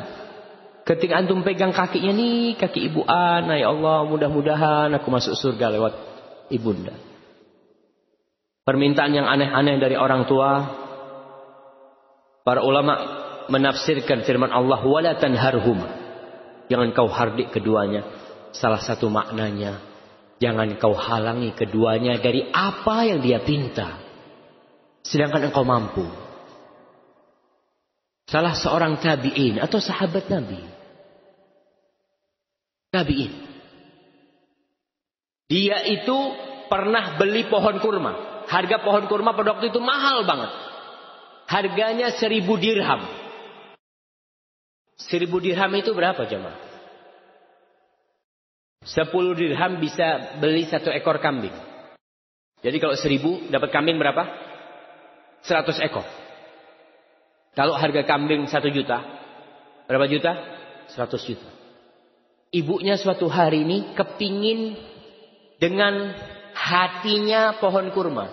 Antum tahu pohon kelapa itu kadang-kala ada yang enak di tengahnya itu. Apa namanya itu? Apa? Pondong. Pondoh tuh. Itu kurma ada kayak gitu. Ibunya kepingin makan itu. Dia beli pohon kurma, dia tebang. Padahal harganya 100 juta. Karena ibunya minta. Kata, ente kenapa sampai beli, padahal mahal harga yang sekarang. Kata dia, ya gimana, ibuku minta. Ibuku minta. Aku gak akan halangi apa yang dia minta. Subhanallah jemaah. Allahumma a'inna ala birri walidain. Assalamualaikum Ustaz. Bagaimana sikap kita terhadap orang tua yang pemarah? Bagaimana agar beliau lebih menjadi penyabar? Jazakallahu khairan. Barakallahu fikum jamaah. Alhamdulillah antum punya orang tua pemarah tapi muslim. Antum tahu orang tuanya Nabi Ibrahim. Pemarah dan kafir. Nabi Ibrahim tetap berusaha bersabar menghadapi orang tuanya. Sampai mau dirajam Nabi Ibrahim sama bapaknya. Tapi tetap kebaktian dia tidak pernah dia tinggalkan. Menghadapi orang tua yang pemarah, maka berusaha untuk menghindari hal-hal yang membuat bapak kita marah. Apa nih? Oh, orang tua kita nggak suka sama, hindari. Jangan kita tahu orang tua kita pemarah, kita malah membuat dia marah. Ketika dia marah, antum jangan marah dan jangan sakit hati. Antum tenang, iya Pak. Nah, apabila dia minta sesuatu sambil marah-marah, doakan dia. Katakan kepada orang tua, Pak, doakan anak Pak ya. Mudah-mudahan anak bisa senantiasa berdoa untuk abah sama umi ya. Terus doakan orang tua kita. Dan jangan bosan berdoa buat orang tua. Jangan berpikir kayaknya Ustaz tuh udah karakter Ustaz. Kalau tuh karakter, kenapa engkau bukan pemarah? Kan nurun biasanya karakter. Ada karakter yang nurun, ada yang karena lingkungan. Maka tetap kita bersabar, itu ujian kita. Wa nabluukum bisyarri wal khairi fitnah. Kata Allah, kami menguji kalian dengan kebaikan dan dengan keburukan. Itu sebagai ujian buat kalian. Assalamualaikum Ustaz. Waalaikumsalam warahmatullahi wabarakatuh. Apakah yang harus ana lakukan kalau ibu ana tidak suka kalau ana pakai celana cingkrang dan jenggot? Apakah harus menuruti ibu ana? Apa ana harus menuruti ibu ana walaupun ibu ana sudah tahu kalau itu sunnah? Barakallahu fikum. Ada amalan-amalan yang sunnah. Artinya sunnah, diamalkan gak apa-apa, ditinggalkan rugi. Diamalkan dapat pahala, ditinggalkan rugi. Seperti sholat sunnah. Kita ini kalau lagi sholat sunnah, dipanggil sama ibu kita. Syafiq. Ada lagi sholat sunnah. Putus sholatnya. Datang sama ibunya. Sholat hak Allah. Tapi ketika ibu manggil, kita datang. Puasa sunnah. Kita lagi puasa. Puasa Senin, hari Senin. Bapak lagi sarapan. Sinilah temenin bapak makan. Pak, aku lagi puasa, udah puasa. Dia tinggalkan puasa, tinggalkan puasa. Tinggalkan puasa. Ayangkan hak orang tua kita. Tapi untuk hal-hal yang perintah, yang kita harus melaksanakan, maka minta maaf sama orang tua kita. Maaf, mi ana ya, tolong mi, doakan ana mi. Minta sama orang tuanya. Aku melakukan ini karena mencintai Rasul sallallahu alaihi wasallam. Jadi tidak mentaatin orang tua dalam kemaksiatan. Seperti itu. Kita wajib taat dalam segala hal kecuali dalam kemaksiatan. Al-Imam Ahmad ditanya tentang orang tua yang manggil anaknya di rumah. Orang tua di dalam rumah dia panggil anaknya. Fulan, ta'al. Tapi rumah orang tuanya ini karpetnya dari sutra. Gimana dia? Padahal dia nggak boleh menginjak sutra. Haram seorang lelaki pakai sutra. Kata Imam Ahmad, la yulabbi da'watah. Nggak boleh dia. Nggak boleh dia masuk. Kata muridnya bertanya, ya Imam, abuhu yad'uh. Bapaknya yang manggil. Ya, kalau dia harus masuk, dia gulung karpet itu. Dia gulung sampai depan bapaknya, lebih ya bapak. Dia menjawab panggilan bapaknya dan dia tidak melakukan dosa kepada Allah Jalla Jalla. Maka kita harus tahu diri di situ. Dijelaskan ridha Allah adalah ridha orang tua. Bagaimana kalau kita sudah menikah ikut suami? Jazakallahu khairan. Barakallahu fiik. Alhamdulillah. Anak perempuan berbeda dengan anak laki. Apa bedanya? Anak perempuan ketika dia menikah, dia itu diserahkan sama bapaknya. Ada serah terima dari bapak. Bapak mengatakan kepada calon menantunya, ya fulan bin fulan, zawwajtuka wa ankahtuka binti bi mahar sekian. Aku kawinkan engkau, aku nikahkan engkau dengan putriku dengan mahar sekian. Diserahkan nih anak sama bapaknya. Konsekuensinya ada peralihan jabatan. Kalau dulu orang pertama yang harus ditaatin oleh si putri adalah orang tuanya, ketika dikawinkan dia serahkan kepada suaminya. Itu konsekuensinya. Ini salah satu rahmat Allah. Soalnya bagaimana ketika seorang wanita memiliki suami dan dia harus taat kepada dua orang. Bapaknya enak kau ke sini. Suaminya ngomong jangan. Istriku aku lagi ada perlu sama kau. Siapa yang harus dia taatin? Bapaknya apa suaminya? Suaminya. Kalau orang tua mengatakan enak banget Ustaz. Ana yang besarkan anak-anak. Tahu-tahu kawin dia harus berbakti sama suaminya. Enggak. Ana enggak terima itu. Kalau ente enggak terima enggak apa-apa. Jangan dikawinin anaknya. Iya. Ya sudah, suruh di rumah sama ente. Tapi kalau kau berikan sama orang lain, udah kewajiban berbakti sama dia. Tetap dia wajib berbakti sama orang tuanya. Kecuali dalam hal-hal yang dia harus minta izin sama suaminya. Nggak seperti dulu dia berangkat ke orang tua, seenak dia, bertemu orang tua. Ketika menikah, dia harus izin. Bang, anak mau jumpain ibu. Suaminya ngomong, janganlah besok aja. Besok. Ikut suami. Dan para suami, nggak boleh para suami memutuskan silaturahim. Dia larang istrinya ketemu orang tuanya. Dia tidak antarkan istrinya ke orang tuanya. Dia putuskan rahim itu. La yadkhulul jannah. Nggak masuk surga. Ente udah dikasih anaknya. Masya Allah. Udah gede. Udah siap. Dikasihkan ke ente. Ente lalu tidak mau berbakti. Atau membantu istrimu berbakti kepada orang tuanya. Hadza wallahu a'lam bissawab. Nah, afwan Ustaz. Kalau ibu sudah mati bagaimana cara berbakti? Subhanallah. Betul. Sebagian di antara kita dulu belum sempat berbakti. Pintu surganya udah selesai, udah meninggal. Gimana cara berbakti? Yang pertama, jadilah anak soleh.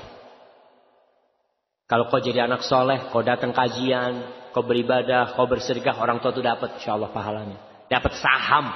Karena engkau adalah hasil orang tua. Kalau kau punya kelebihan rizki ini, sedekah buat orang tua kita.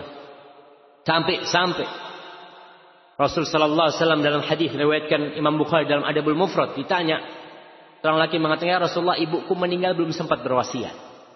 Apakah aku bersedekah buat ibuku?" Sampai. Dapat pahala ibu.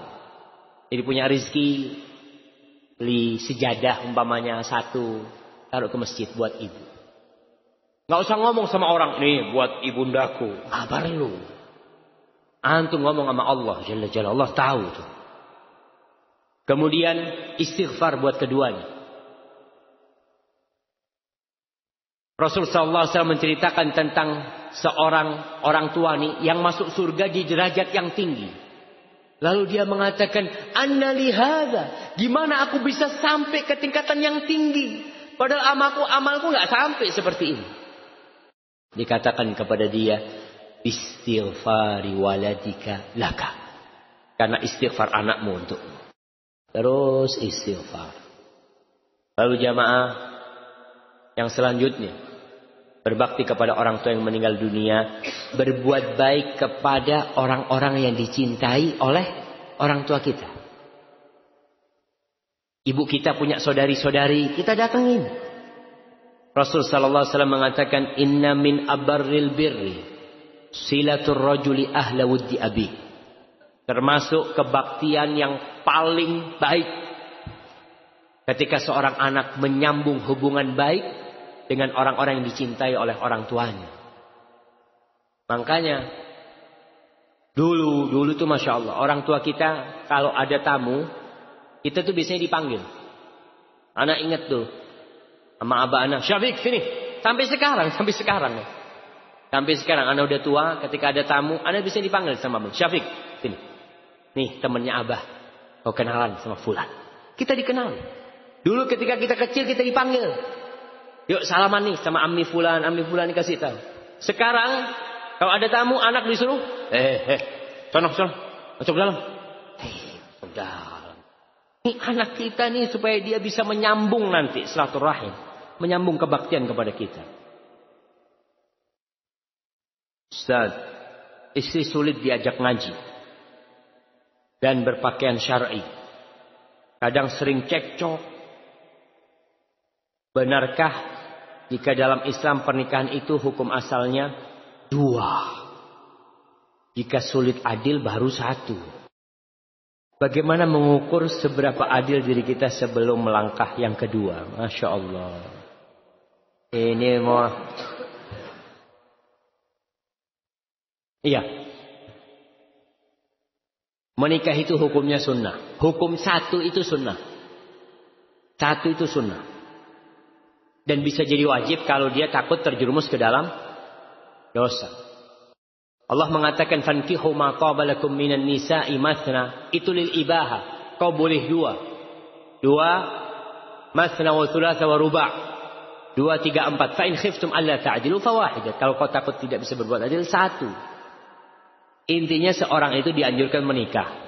Kalau kau bisa berbuat adil, ya monggo 2. Kalau kau bisa berbuat adil. Tapi jamaah, nah kalau bicara poligami ini jamaah, bisa sampai maghrib kita di sini. Tapi yang jelas tadi, kita bicara adil, antum mampu berbuat adil. Ingat, jangan mikir kawin 2, antum nggak berbakti sama ibu antum. Ngurusin istri terus. Tiap hari ke sini. Masya Allah. Alhamdulillah Ustaz. Tiap hari anak. Pertama, kedua, ketiga, keempat. Pertama, kedua, ketiga. Bapak kalau Idul Fitri Ustaz. Sama orang tuanya Idul Fitri. Hati-hati antum. Jangan lupa berbakti sama orang tua. Walaupun antum punya istri lebih. Tetap orang tua antum harus antum berbakti sama dia. Masalah adil itu. Ya adil dalam nafkah. Adil dalam tinggal di tempat dia, itu harus sama. Kalau urusan cinta nggak bisa kita berbuat adil. Tapi jamaah, perempuan sekarang itu beda dengan perempuan dulu. Makanya antum kalau mau poligami itu perempuannya harus dibetulin dulu. Betulin ya. Kalau dia itu besi yang bengkok, paling nggak dilurusin sedikit, dia tetap bengkok. Setelah itu antum insya Allah mudah-mudahan. Karena tidak sedikit orang yang kawin lagi. Dia mengatakan sunnah, Masya Allah, sunnah Rasul, Alhamdulillah, anak bisa sunnah Rasul. Dapat 2 tahun cerai yang pertama. Mana ente istri? 1 lagi. Sama aja 1 akhirnya. Harus sabar antum juga kalau nikah lagi ya. Ustaz, bagaimana cara berbakti kepada orang tua jika sejak kecil sudah tidak memiliki ibu dan terpisah dari ayah? Karena dahulu orang tua saya bercerai dan saya diasuh oleh saudara ayah. Dan dilarang bertemu ibu karena suatu sebab. Masya Allah. Larangan ini tidak boleh dilaksanakan. Semua perintah untuk berbuat maksiat, kita nggak boleh taat. Kalau dilarang berjumpa dengan ibunya karena suatu sebab, jumpain ibu. Ibuku yang melahirkan aku. 9 bulan aku di perut. Cukup itu sebagai kebaikan ibuku. Walaupun ibuku mungkin tidak pernah membesarkan aku. Kalau ada satu sebab mungkin ibunya melakukan suatu kesalahan, oke. Allah itu Tawwabur Rahim. Allah Maha menerima taubat. Kalau ibunya masih berbuat dosa, si anak ini punya kewajiban bagaimana mengajak ibunya meninggalkan dosa itu, jamaah. Maka tetap, jadi kalau disuruh memutuskan silaturahim, kita nggak boleh tahan. Kita tetap berbakti sama ibu kita. Kita katakan kepada saudara bapak kita, afwan, minta maaf. Tuh ibuku, bagaimanapun kesalahan dia, kafir aja tetap harus berbakti. Kafir. Apalagi dia muslim. Ya. Barakallahu fikum. Ustaz, anak ingin punya tambahan anak. Sedangkan anak juga merawat ibu anak. Bagaimana doa yang sebaiknya anak pinta pada Allah? Anak ingin ibu keadaannya seperti dulu sehat. Anak juga ingin punya banyak anak. Masya Allah. Nih. Dia berpikir takut kalau dia punya anak. Dia tidak bisa merawat ibundanya. Ini termasuk kebaktian. Tapi berdoalah. Mohon kepada Allah. Istikharah. Ya Allah, aku ingin punya anak. Tapi ibu seperti ini. Takut. Memang kalau seorang hamil umpamanya dia, si istri ini hamil, dia gimana mau merawat ibunya? Kadang-kadang merawat diri sendiri susah seperti itu. Minta sama Allah pilihan yang terbaik. Insya Allah Allah kasih jalan keluar. Mungkin Allah kasih rezeki kepada dia sehingga dia bisa memiliki pembantu yang membantu dia kelak merawat ibundanya. Atau apa? Allah tinggal kun fayakun. Minta yang terbaik kepada Allah Jalla Jalla. Kalau memang takut tidak bisa merawat ibu kalau sedang hamil atau punya anak, ini termasuk. Bolehlah kita istikharah dalam kondisi seperti itu, jemaah. Assalamualaikum Ustaz. Ana saat ini sedang merawat ibu ana yang lagi sakit. Stroke di rumah suami ana. Yang saya tanyakan, kalau ana yang merawat ibu ana adalah satu kewajiban, bagaimana hukumnya dengan suami ana? Suami anti ketika membantu anti, dia nggak wajib merawat ibunda anti. Tapi dia wajib membantu seorang muslim yang membutuhkan bantuan, apalagi mertuanya. Tapi engkau berbakti, alhamdulillah suami mengizinkan, ini satu nikmat, kau harus bersyukur, kau hargai suamimu. Suami mengizinkan ibunya yang dibawa, Masya Allah jemaah. Ada suami-suami yang aduh, kata dia, udahlah, taruh di panti jompo mana, panggil perawat, anak bayar. Subhanallah, ini suami yang baik kayak gini ya. Maka engkau tambah kebaktianmu kepada suamimu karena kebaikan suamimu. Nah, kalau merasa jenuh, capek, ingat sebelum tidur baca Subhanallah 33 kali, Alhamdulillah 33 kali, Allahu Akbar 34 kali. Mudah-mudahan Allah kasih kau kekuatan untuk merawat. Ada seorang ustaz cerita, ada cucu ngerawat neneknya. Cucu ini ngerawat neneknya. Si cucu ini bingung, kenapa cuma dia yang ngerawat neneknya? Dia punya kakak. Kok bukan kakaknya merawat neneknya? Sampai si cucu ini bosan. Udah mulai gede, dia ngomong, Ummah, Bu, kenapa kok aku sih yang ngerawat nenek terus? Kakak dong sekali-kali, capek aku Bu, macam-macam. Si cucunya ini ngomong. Sampai suatu saat ibunya mendudukkan anaknya. Nah, aku mau cerita sama engkau. Kenapa kok engkau yang merawat nenek? Suatu hari terjadi kebakaran di rumah kita. Rumah kita tuh 2 lantai. Ketika kebakaran terjadi itu semua keluar. Bapak gendong kakaknya. Dan ibu gendong engkau dan nenek turun. Ketika sampai ke bawah, bapak tanya, mana bayinya? Engkau maksudnya itu waktu bayi. Ternyata yang digendong sama ibu bantal. Ya orang dalam kondisi panik ya. Dia langsung angkat, dia pikir bayinya. Ternyata bayinya masih di dalam, di lantai 2. Nenekmu lari. Naik. Dia selamatkan engkau. Dia loncat dari lantai 2. Dan dia lumpuh selama-lamanya untuk menyelamatkan engkau. Setelah itu sang cucu ini tidak pernah lagi jenuh merawat neneknya. Karena dia tahu neneknya menyelamatkan dia. Maka tatkala kita ingat dengan kebaikan ibunda kita, insya Allah kejenuhan itu akan hilang dari diri kita. Ustaz Syafiq, bagaimana hukumnya jika ibu selalu mencampuri urusan rumah tangga? Sehingga saya dan pasangan saya sering bertengkar Ustaz. Dan bagaimana jalan keluarnya? Subhanallah. Ini yang bertanya suami apa istri? Hah? Suami apa istri? Istri yang tanya. Akhwat, tayyib. Iya. Jadi ibunya si istri yang suka mengikuti. Fiqhun nikah atau fiqhul usrah, fikih rumah tangga itu banyak tidak dipahami oleh orang tua. Ketika dia menikahkan putrinya, dia itu nggak boleh turut campur. Kalau ada masalah-masalah di rumah tangganya, yang memang harus ada campur tangan dia minta izin dulu. Dia minta izin dulu. Abu Bakar As-Siddiq pernah memasuk rumah Nabi alaihi salatu wasallam ketika lagi ribut Nabi sama Aisyah radhiyallahu taala anha. Itu minta izin, dikasih izin baru. Keributan di rumah tangga itu biasa terjadi. Si suami kadang-kala telat, ya si suami ini itu, ibunya itu gimana punya suami, nggak benar suamimu, jangan. Kalau mau ngomong sama istrinya, nggak perlu suaminya tahu. Kau coba kasih tahu suamimu macam-macam dengan cara yang baik dan harus sabar, doakan ibunya, kasih pemahaman yang benar kepada ibundanya.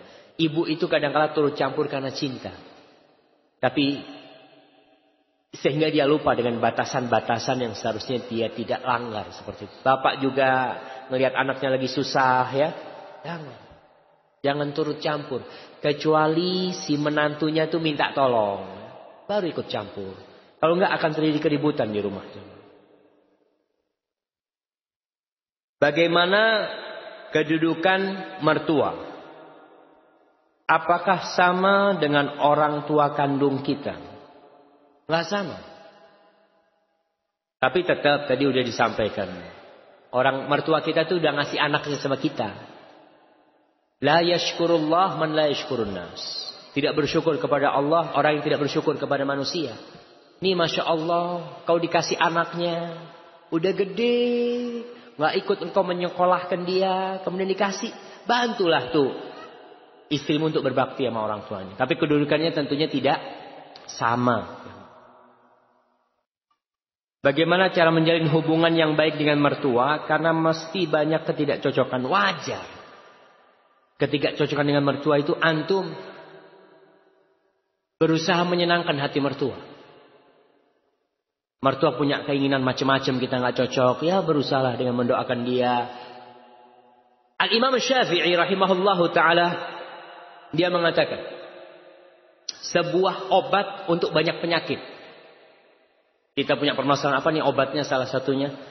Kata Imam Syafi'i, wa in kathurat uyubuka fil baraya wa sirruka an yakuna lahu ghita'u tasattar bis sakha'i fa kullu aibin yughatihi kama qila sakha'u. Kata Imam Syafi'i, kalau engkau memiliki banyak kekurangan di muka bumi ini, ingat kekuranganmu harus kau tutupin supaya orang enggak tahu. Kau tutupinlah kekuranganmu. Terus gimana nutupinnya? Tutupin kekuranganmu dengan suka berderma. Suka berbagi. Orang tuh kalau punya rezeki dia bagi ini macam. Orang lupa dengan kesalahan kita. Maka bismillah antum berbuat baik sama orang tua. Punya rezeki ingat sama mertua. Alhamdulillah. Ini aku punya ini itu. Insya Allah. Yang awalnya tidak cocok. Lama-lama orang tua ngomong. Insya Allah cocok. Karena sama menantu kayak gini ini cocok. Ya kalau antum baik sama mertua. Subhanallah. Anak saya sudah bersuami. Namun berzina dengan laki-laki lain. Bagaimana sikap saya sebagai orang tua? Apakah suaminya berhak menceraikannya? Tidak ada hukum rajam di sini. Baik. Bagaimana menghapus dosa zina dia? Para jamaah. Allah Jalla Jalla mengatakan wala taqrabuz zina. Innahu kana fahishatan wa sa'a sabila. Kalian jangan mendekati zina. Zina itu perbuatan na'udzubillah. Perbuatan yang kecil dan jalan yang buruk. Mendekati aja enggak boleh. Makanya dalam Islam tuh hubungan lelaki dengan perempuan ada batasan-batasan yang ketat sekali. Nggak boleh kita berduaan dengan perempuan berduaan dengan lelaki yang bukan mahramnya, nggak boleh. Bersentuhan, model sekarang nih, salaman, cipiki-cipika, insyaallah. Siapa? Saudara ana dalam Islam, Ustaz. Insyaallah. Ya sudah, nggak boleh. Kalau mahram ente baru boleh. Dan itu membuat orang, mulai ketika kita sentuh tangan, ngobrol adep-adepan berdua, panggilan setan semakin dahsyat, berzina. Maka tolong dalam urusan zina ini, lorong-lorong yang mengantarkan ke zina tutup. Tuh para istri, para perempuan, ingat kalau kau punya teman banyak di Facebook, di Twitter, di WA yang bukan mahrammu, yang nggak ada urusan, delete semuanya. Nggak ada urusan sama mereka. Anak ada urusan sama suami anak. Sama kerabat-kerabatnya oke. Si suami juga seperti itu. Suami. Kalau punya swipe-swipe cewek di Facebooknya. Enggak. Anak ini berdakwah kepada dia. Oh. Masya Allah. Anak minum ya. Bismillah. Jangan. Pokoknya pintu-pintu itu tutup. Subhanallah. Anak kadang-kala kalau sudah ada WA dari harim-harim nih. Yang udah mulai panas. Anak kasihkan ke istri anak. Nah, ente yang jawab. Supaya apa? Supaya dia tahu diri. Kadang-kala ngomongnya udah mulai gak enak. Ketika dia ada, alhamdulillah. Mau gak mau tuh perempuan kalau ketemu sama perempuan juga. Mulai ngomongnya yang lurus-lurus. Makanya sama antum laki. Apalagi antum Masya Allah. Di Facebook. Sebagai pendakwah. Ustaz. Pendakwah. Hati-hati ya jemaah. Baik, berkaitan dengan ini gimana? Na'udzubillah minaz zina. Dia harus benar-benar bertobat nih perempuannya. Nggak ada hukum rajam. Nah, di negeri kita nggak ada. Kalau dia memang dosanya sudah ditutupin hendaklah bertobat. Suami berhak menceraikan, berhak. Tapi kalau si wanita sudah bertobat dan suaminya masih mau, tafadhol. Bagian sikap orang tua, kadang-kala salah didik orang tuanya, anak menjadi seperti ini. Kita di Indonesia jamaah, kalau ada anak perempuan dibawa sama cowok, Masya Allah, alhamdulillah, anak-anak sudah laku Ustaz. Ada yang bawa tuh. Masya Allah enti. Itu terjadi di masyarakat jamaah. Kau biarkan anakmu berzina, jangan harap kau masuk surga. Engkau akan ditarik sama anak-anak. Ya Allah, ini bapakku ya Allah. Ini ibuku yang tidak pernah mengajarkan kepada aku tentang Allah. Tentang surga dan neraka. Aku dibiarkan bergaul bebas. Hati-hati. Maka orang tuanya pun harus mohon ampun sama Allah. Jangan-jangan karena dia salah didik. Seperti itu. Hadza wallahu a'lam bishawab. Terakhir nih.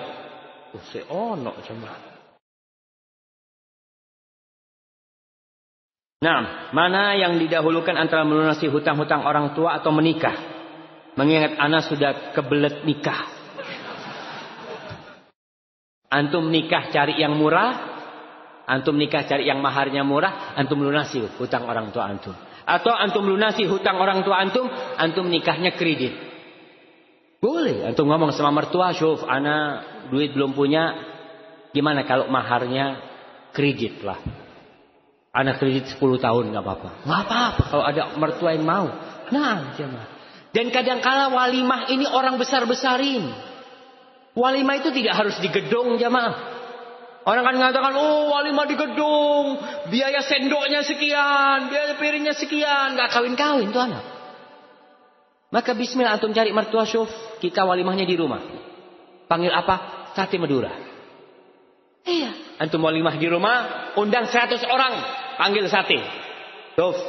Kasih semua walimahnya anak. Besok 100 orang lagi kita panggil. Bakso. Boleh walimah. Cuma kita sekarang jadi bangga-banggaan walimah itu. Ente habis berapa? Ya nggak banyak sih, 120 juta. Allahu Akbar. Dapat 2 bulan cerai. Ya Allah. 120 juta. Maka hati-hati jemaah. Antum nikah cari yang murah dan antum lunasin hutang orang lain. Nah Ustaz, mohon dijelaskan poin-poin muamalah dengan ibu yang berpindah agama. Wasahibhuma fid dunya ma'rufa. Kesian tuh orang tua antum kalau pindah agama. Kadang-kala gara-gara nikah lagi. Gara-gara bergaul sama orang. Antum tetap wajib berbakti sama keduanya dengan berdakwah. Dan doakan orang tua antum dapat hidayah.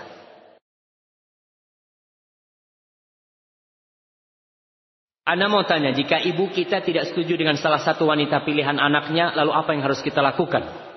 Bismillah. Antum cari wanita yang lain. Ustaz, udah kadung jatuh cinta, Ustaz. Itu yang jadi masalah. Antum jatuh cinta dahulu, kemudian ngomong sama orang tua. Orang tua nggak cocok.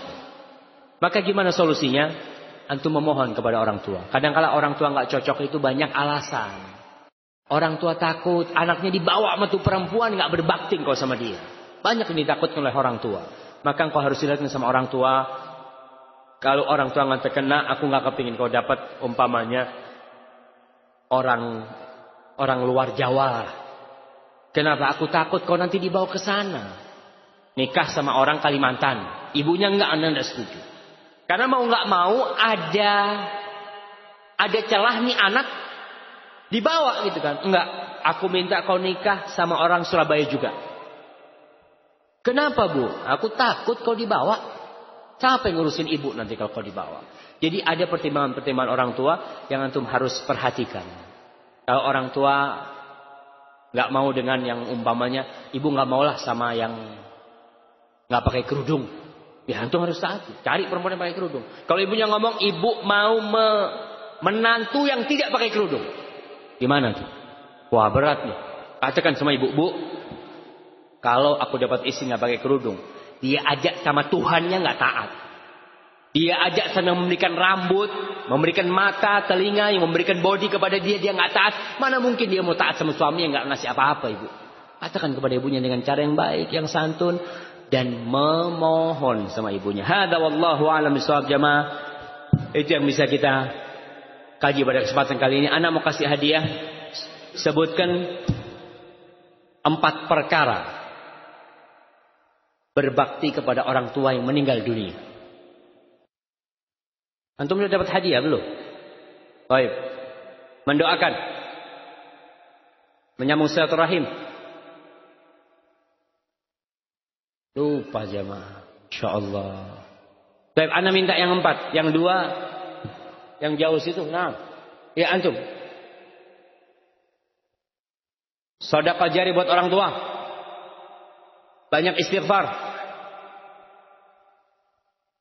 Nyambung silaturahim. Mendoakan. Ya mendoakan. Ya enggak apa-apa lah. Antum taruhan sama dia ya. Anak kasih. Baik. Pertanyaan yang terakhir. Siapa nama sahabat yang Nabi mendengar bacaan dia di surga? Uwais tabi'in antum. Haritsah bin Nu'man. Haritsah bin Nu'man jamaah. Baik, ana sangat berbahagia sekali bisa berkumpul dengan antum sore hari ini. Mudah-mudahan pulang dari sini antum telepon orang tua antum punya rezeki kirim kepada dia, antum bisa jumpain, cium keningnya, cium tangannya, pijit kakinya dan doakan dia. Rabbana ighfir lana wa liwalidina warhamhum kama rabbawna shaghira. Sallallahu ala nabiyyina Muhammadin wa ala alihi washabihi wasallam. Wassalamu alaikum warahmatullahi wabarakatuh.